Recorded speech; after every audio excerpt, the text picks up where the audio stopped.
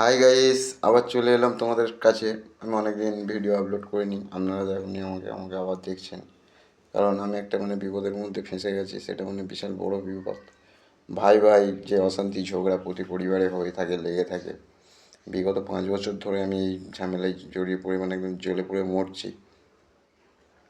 ধারণার বাইরে যে এরকম মানুষ হতে পারে, বা এরকম নিজের মায়ের পেটের ভাই বা মা যখন থাকে তখন মাসি মেসো মামা কত কী সবাই একদম আপন আপন ভাবে।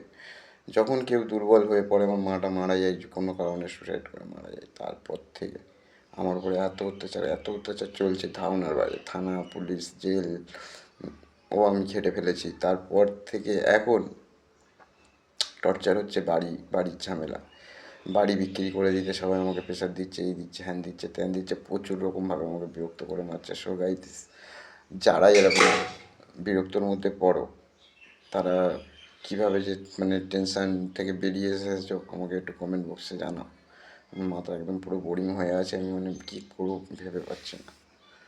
লাইক করবে, কমেন্ট করবে, শেয়ার করবে, সাবস্ক্রাইব করবে আমার চ্যানেলটাও লোক দেখছে কি আমি ঠিক জানি না। একটু দেখলে তো ভালো হয়, যে জানি আমার ফ্রেন্ড আছে অনেক আমাকে ভালোবাসে। আরে কেউ না ভালোবাসে, আমার ফ্রেন্ড হয়তো আমার ইউটিউব যারা আছে তারা ভালোবাসে। এই জায়গাটা থেকে আমি একটু ভালোবাসা পেলেও আমার একটু মনে আনন্দ লাগে। তা সেই জায়গা থেকে আমার প্রচুর বিপদের মধ্যে থেকে আমি পরিশ্রম করে যাচ্ছি, প্রতিনিয়ত পরিশ্রম করে যাচ্ছি, দেখি কী করা যায়, কী হয়। তা উপরে ঈশ্বর আছে আর নিচে আমি আছি। ওনার আশীর্বাদ তো খুবই দরকার। আপনার আশীর্বাদ খুব, যার ঈশ্বর আমাকে একটু আশীর্বাদ করে। আমার চ্যানেলটাকে লাইক করো, কমেন্ট করো, শেয়ার করো।